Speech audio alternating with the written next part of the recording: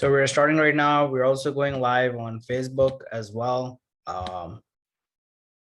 And you know, if you are, if you wanted to actually, follow the Facebook account, you can go to Abdul Rahman Realtor Investor as well. Um, so, um, I thought this is an important topic to mention because many times we actually, buy a home and then we actually go through many things and then we make bad decisions. What things we should do, what things we should not do to increase the home value is actually very important, right? Um, and and that is something we have to make sure all the time we're doing it the right way. So let's go into the topic. The agenda, I'll talk about me, why I qualified to do this presentation, big mistakes new home buyer does. First thing to do when you buy a home, list of big projects that improve value, and list of things not to do immediately. And also I'll talk about the current market updates and the social media. And if you have any questions, I'll answer them as well. So about me, I started real estate about 7 years ago with flipping, which is like basically buying and selling for higher value. I paid almost $40,000 in education to multiple different people. They didn't really teach me anything specific. I had to learn a lot of that myself. Uh, and I made a lot of money in real estate and I lost a lot of money. And most of the money I lost was because of the bad experience with realtors that lacked the qualities.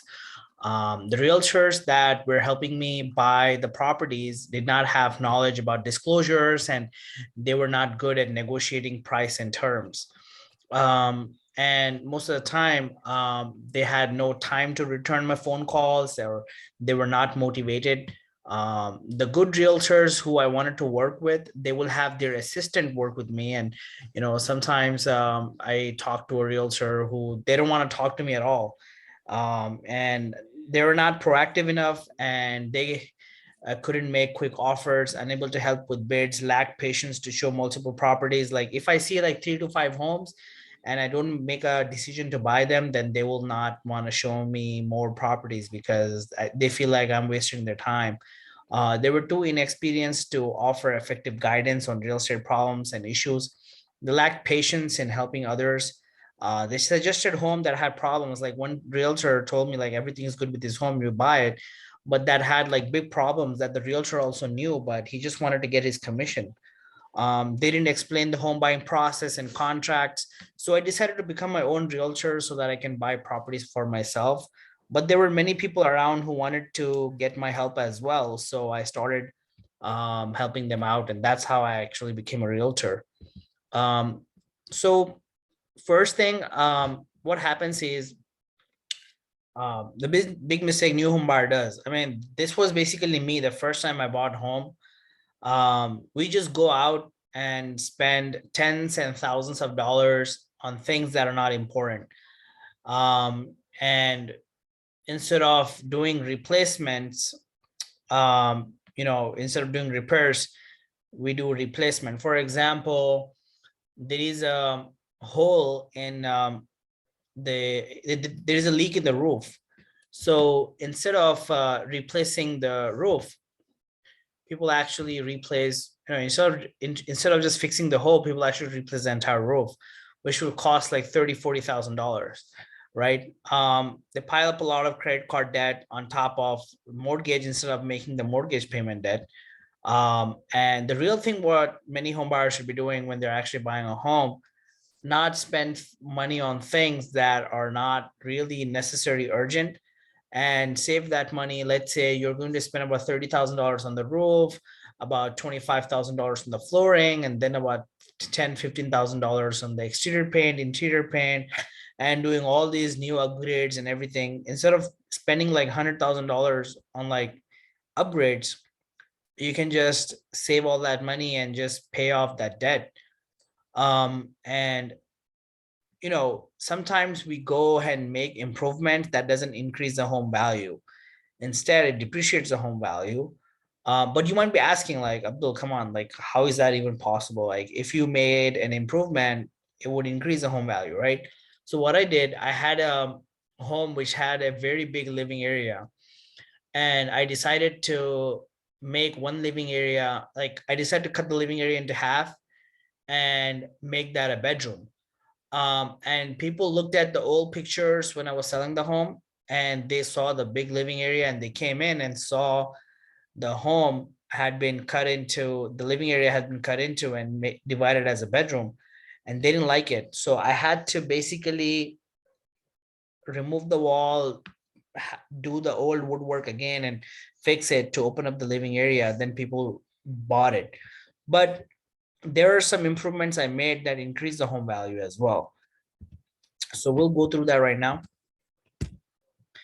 So first thing, when you do buy a home, I would recommend to put together a list of necessary items that needs improvement. Let's say there is a roof leak or there is a smelly carpet, because the carpet, maybe the previous owner had kids or pets that messed up the carpet, and then you have to replace it, or there's a broken water heater that you have to replace, things like that. But if the water heater is not broken, it's running fine, the inspector said that I recommend replacing or recommend getting it serviced, something like that. It's just waste of money, because most of the home inspectors are great, they want to help, but sometimes they run out of things to write in the report. They can only write so many problems, and they put recommend replacing the water heater, and my buyers are like, oh, water heater is bad. The moment I'm going to buy the home, I'm going to spend like $1,500 and replace the water heater. No, you don't have to do that. They're just trying to put as many things as in the report, so that their work feels like they have done some work. Their report feels like it has some work done. But if they just tell you that, oh, there's just one paint scratch, fix it and just give me my $500, you're going to say, well, you didn't do anything. I mean, your report doesn't have any details or a whole bunch of things that are required. So you don't have to fix every single thing that are recommendations, or sometimes they say, oh, the gutters seem to be not clear. I would recommend replacing it, or they have rust on them. Replace the entire thing. And then you go ahead and spend $5,000 on it. You don't have to do that. Just don't have to do that at all. And then shop for quotes. There is an app called Thumbtack, THUMBTACK. In that you can actually post a project, take pictures and video, and people will post quotes on it. Instead of hiring a contractor who would take like $30,000, and then they will hire other guys who are subcontractors and pay them like 20,000, they keep $10,000 profit. So instead of you hiring a contractor, you just go ahead and directly hire those subcontractors, those individuals who actually can do the job, right? So that way you save a lot of money. Second thing, the another thing is the list of big projects that improve the value, right? So one of the thing is, there are some states that have a lot of rain and snow. I lived in Minnesota, Chicago for a few years, and those states have a lot of snow. And because of that, when people keep their cars outside, their cars get bad. So whenever they're buying a home or anyone is selling a home, if they have a car garage, the home value increases by $30,000-$40,000 easily. So if somebody have a nice car, or in Washington it rains a lot, they really don't want to keep their $90,000 Tesla in parked on the road, which keep gathering all this rust and rain. And for that reason, having a garage, adding a garage or a carport will increase the home value. Second thing is adding a bathroom. Oftentimes we see that there's a 3-bedroom, 1 bath, or 4, 5-bedroom, 2 bathrooms. Adding a bathroom will increase the value, because more people can live in it, and the bedroom to the bathroom ratio increases. So if you have a very big walk-in closet in the master bedroom and you don't have an attached bathroom, then you can convert that closet into a bathroom by adding a small shower or small vanity and a toilet, right? So you can do those changes. And another big project, which is a very big project, is like furnishing a basement. So let's say you have a basement and maybe let's say a portion of electrical or insulation is already done. Then you can add windows, add walls, and get a furnished basement that will increase anywhere between 700 to 1,000 square feet to your home. Then that will increase the value, because every time you actually increase the square footage, increase the value, because the price of the home is based on the price per square feet. So if the price per square feet increases, the home value also increases as well. And then list of things not to do immediately, like I was talking about, the things that you don't want to do right away is replacing the flooring. Let's say a portion of the flooring is bad, then you replace it. Painting the home entirely, if the paint is like, I mean, if they all have like scratches or like kids have uh, written on it, then you can get that removed and clean. But replacing a roof, buying new doors, windows, spending like 30, 40, 50, $100,000 on a home right away is not a good idea, because what you want to do is all these improvements, you can do it when you're selling the home. Let's say somebody bought a home and they don't intend on selling it for next 15, 20, 30 years. That's okay. Then you can go ahead and do it. But what happens is that most of the time you change your mind. Let's say your relatives or cousins are living in Texas and they are new construction home selling. They're in a better area. So you wanted to maybe think of moving and selling your home and going into that new area and buying a cash paid new construction home. So in that case, you will have an option to put all that money when you are selling it, put all the new appliances, replace the flooring, paint the home, replace roof, do all those things, and then sell it. Like you vacate the home, you leave the home, don't occupy the home, don't live in the home, do all those repairs, and then you can actually sell it right away. Because when people are going to look at it, the listing agent or the realtor, whoever is going to put the listing, help you sell it, can put all these things in the description, like new flooring, new fresh paint, and new roof, new appliances, new doors, new windows. Like people want to just buy it because everything is new. But if you spend all this money and then you used all of it for 15 years, they would not be new when you're selling a home. So these things will over the time get older and older. So, but if you're thinking of just, you had made a very strong decision, you don't want to move out of this home for next 20, 30 years, then you can spend all that money. But what I would recommend is first pay off the home. If it's not paid off, then when you're debt free, you can actually go ahead and start investing all this money into buying new things for your home. Because once the debt is paid off, you can sleep very well, you have more peace of mind, and then you can do all this. That's what I'd recommend. So I'll talk about the current market updates. So the Fed has increased the rates, the mortgage rate, and because of that, the competition reduced a little bit. So there have been some buyers that I've been helping over the period of 6 months to 1 year, that we're actually making very, very competitive big offers on the properties that had a lot of competition on. And because of that, they were not able to buy, even though we were paying like 40, 50, $60,000 above market value. Let's say if a home is like $700,000, even if you pay like 770, which is like 10% over asking price, you still won't get it because the competition was so high. So because the Fed increased the rates, the competition have reduced a little bit, which is a correction in the real estate market.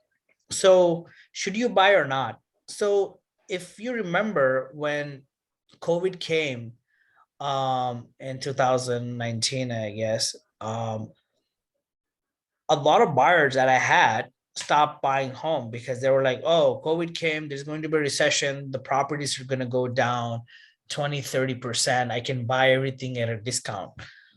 Opposite happened. Since COVID until now, the home values increased by 30%. And now just the competition have reduced, but the home prices have not reduced. Let's say if you're buying a $700,000 home, first you had to overpay for it. Like you had to pay like 50, 60, 70,000 over market value or over asking price. Now, if the home is $700,000, it's selling in the range of $700,000. It's selling like 10, 15,000 above or below the market value, above the asking price and list price. So for that reason, the market, for that reason, it's actually a better time to buy.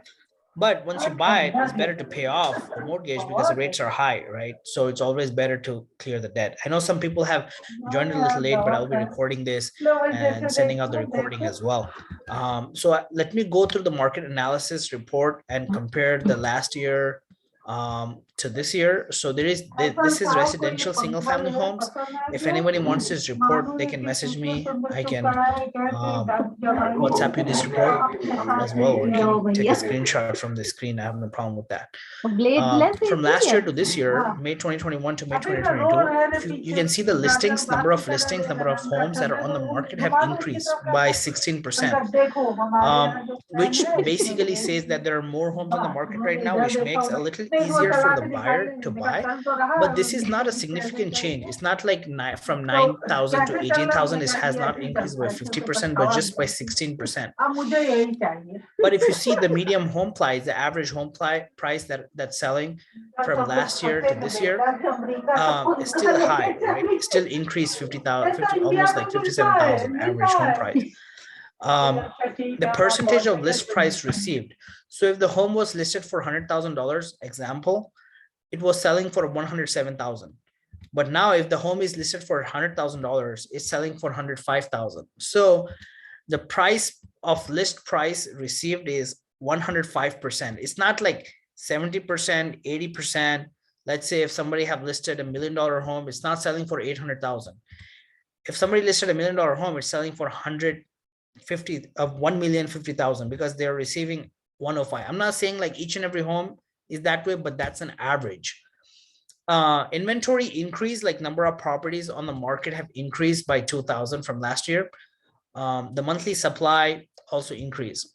Same for, and you can also like compare this for condominium, similar numbers. You can go through this report in detail. Very similar for condominiums as well.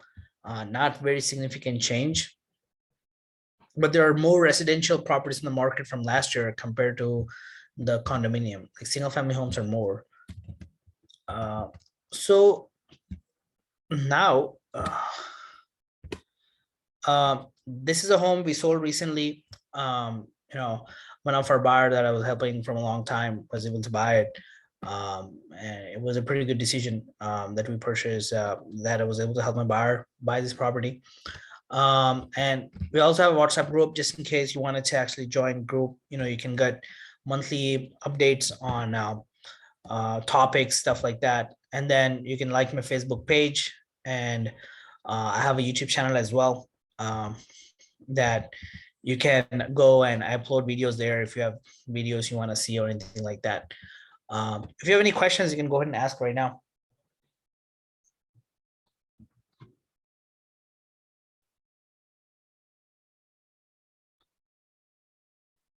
And if you don't have any questions right now, I'll just go ahead and end this meeting and record it and send it back. And after you see the recording, you have any questions later on, you can ask me later on as well.